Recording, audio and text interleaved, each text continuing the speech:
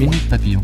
Bonsoir, c'est Anne-Laetitia Béraud. Bon retour dans Minute Papillon. Ce soir, jeudi 14 mars, on parle de sport, de e-sport. L'e-sport explose dans le monde, notamment en Asie. Les compétitions de jeux vidéo représentent une discipline à part entière aux Jeux asiatiques de 2022, mais leur candidature a été rejetée aux Jeux olympiques de 2024. J'en ai parlé avec Bertrand Volpillac, chef du service des sports à 20 minutes. J'aurais pensé effectivement que dans l'évolution actuelle des choses, on aurait pu penser pour 2024. 2028, à mon avis, dernier carat pour voir au moins de la démonstration. Faut pas croire aussi, il y a une question derrière de business, et il y a des gros business, il y a des gros lobbies, des grosses boîtes, qui fait ton clavier aujourd'hui, qui fait ta souris, tout le monde utilise un clavier et une souris, voilà. Est-ce que l'e-sport a besoin des JO pour exister ou pas ? Pour exister, non. L'e-sport existe déjà, c'est même un business extrêmement florissant avec des millions de dollars et des millions de joueurs à travers le monde.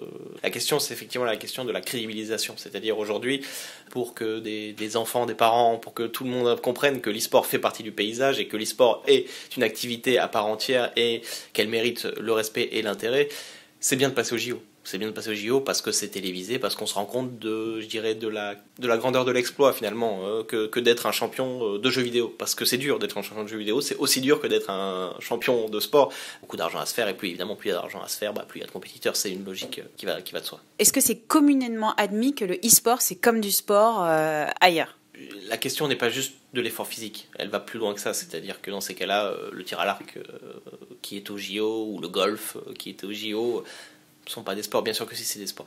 L'e-sport, c'est accepté en tant qu'e-sport et pas en tant que j'ai besoin d'être un sport. L'e-sport est l'e-sport et il restera toujours un sport derrière ordi et il n'a pas de problème avec ça. C'est les gens qui veulent absolument lui faire croire qu'on a besoin de prouver que c'est bien pour le corps, pour l'esprit, pour quoi que ce soit.